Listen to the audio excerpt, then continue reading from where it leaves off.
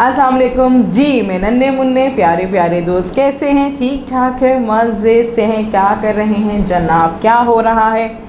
खेल रहे हैं, कूद रहे हैं, मज़े कर रहे हैं, लेकिन साथ साथ चल रही है पढ़ाई। ठीक है ना जनाब जी।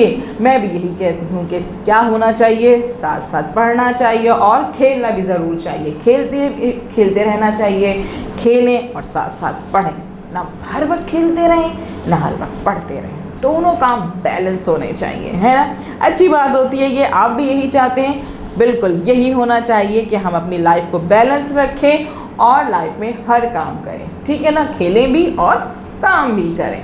तो जनाब खेलने का टाइम हो गया है ख़त्म, अब हमें पढ़ना है। खेलने के वक्त जब आप खेलते हैं तो पूरा खेलते हैं, पढ़ते नहीं है ना। तो बस जब पढ़ने बैठे तो बस फिर पूरा ध्यान पढ़ाई की तरफ होना चाहिए, फिर खेल नहीं, है ना। यही करते हैं। चलें जी जनाब पढ़ते हैं। आज हमारी क्लास मौजूद है उर्दू की, और उसमें हम पढ़ रहे हैं आजकल सबक नंबर 10, आहा आहा निकला चाँद, हमारी नज़म, जिसमें हमने बहुत अच्छी चीज़ें सीखी। चाँद के बारे में पढ़ा, हमने रात के बारे में पढ़ा, चांदनी के बारे में पढ़ा, चाँद तारे के बारे में पढ़ा, है ना। हम इसकी कर रहे हैं आजकल मश्क। हमने तफ़हीम की मश्क हमारी चल रही है और हमने काम किया। कल आपने काम कंप्लीट कर लिया था, अपना मुकम्मल कर लिया था, टीचर को सेंड कर दिया था। Very good. आगे हम काम करते हैं, आगे देखते हैं कि आज क्या काम मिला है हमें, आज कौन सा काम करना है। तो निकाल लीजिए अपनी किताबें, और किताब की सफ़ा नंबर 69 यहाँ पे खुल चुका है। तफ़हीम की मश्क मौजूद है और मौजूद है काम। क्या काम है पढ़ते हैं वही जनाब, देखते हैं कि आज क्या काम करना है। ज़ेल में दिए गए अशार पढ़ें, ठीक है, और नज़म की तरतीब के मुताबिक नंबर लिखें।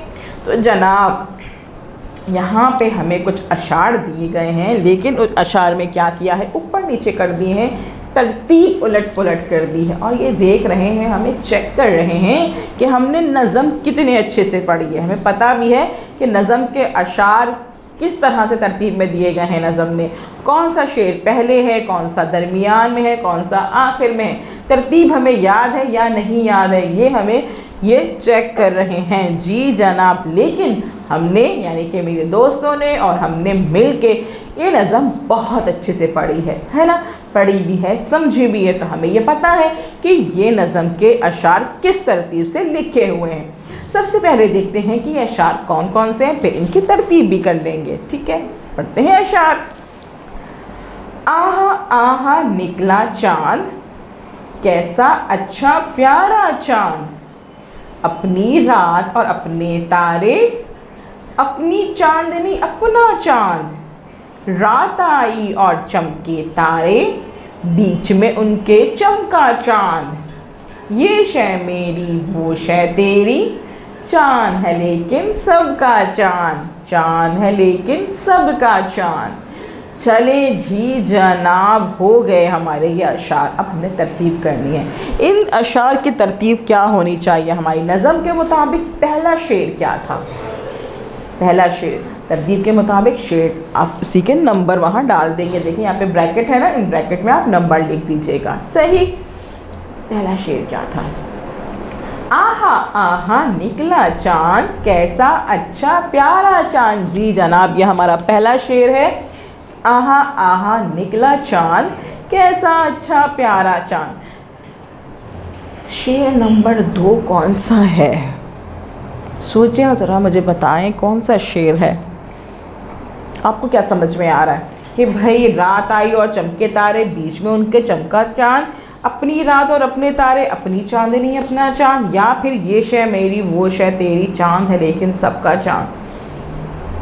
कौन सा लगता है आपको? मुझे लगता है आपको भी यही लगता है कि भाई रात आई और चमके तारे, बीच में उनके चमका चाँद। जी ये है हमारा दूसरा शेर हमारी नज़म का। तो यहाँ पे डालेंगे हम नंबर 2। अब तीसरे और चौथे में मसला है। तीसरा और चौथा शेर कौन सा है भाई, अपनी रात और अपने तारे, अपनी चांदनी अपना चाँद, या फिर ये शय मेरी वो शय तेरी, चाँद है लेकिन सबका चाँद। ये तो आखिर में था ना, ये वाला शेर आखिर में था।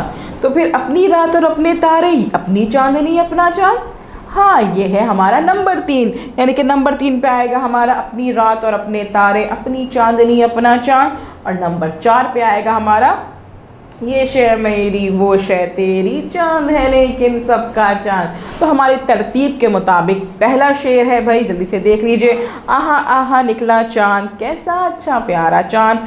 नंबर 2 शेर बनेगा हमारा तरतीब के लिहाज से, रात आई और चमके तारे, बीच में उनके चमका चांद।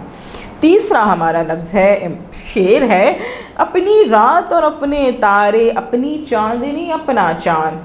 और नंबर 4 पे है, ये शय मेरी वो शय तेरी, चांद है लेकिन सबका चांद। चलिए जी जनाब, अब देखते हैं आगे का हमारे पास क्या काम है। इस नज़म का मरकज़ी पैगाम क्या है, दुरुस्त जवाब का इंतखाब करें। जी मरकज़ी पैगाम क्या है, क्या बता रहे हैं, क्या समझा रहे हैं। ज़मीन बड़ी है, ये बताया है। सूरज रोशन है, ये समझाया है। या फिर धूप अच्छी है, ये बताया है। या फिर चांद की रोशनी अच्छी है, ये बताया है। क्या बताया है, इस नज़म का मरकज़ी पैगाम क्या है, क्या पढ़ के आपको सबक मिला है, क्या पैगाम आपको मिला है, क्या आपको नई चीज़ आपने जानी है, नई चीज़ समझी है, क्या चीज़ समझी है, क्या पैगाम दिया है आपको। सोचें ज़रा, इन सारे जुमलों को पढ़ें और बताइए। बिल्कुल ठीक, चांद की रोशनी अच्छी है, चांद की रोशनी अच्छी है, बिल्कुल जनाब सही बता रहे हैं आप। अब हमारे पास है आखिरी, ये नज़म किसके बारे में है तो चांद के बारे में, लेकिन क्या किसके बारे में है, वक्त कौन सा है। तो जवाब का इंतखाब करें, दिन का, सुबह का, दोपहर का या फिर रात का, बताइए। जी मुझे पता है आपको बिल्कुल फ़ौरन से समझ में आ गया है कि ये नज़म है रात के बारे में, क्योंकि चांद साहब तो चमकते ही रात में हैं। जी उनकी चांदनी रात में फैली हुई होती है। तो ये है नज़म रात के बारे में। बिल्कुल जनाब, हमने यहाँ पे सही का निशान लगा दिया है। आज का काम हो गया कंप्लीट।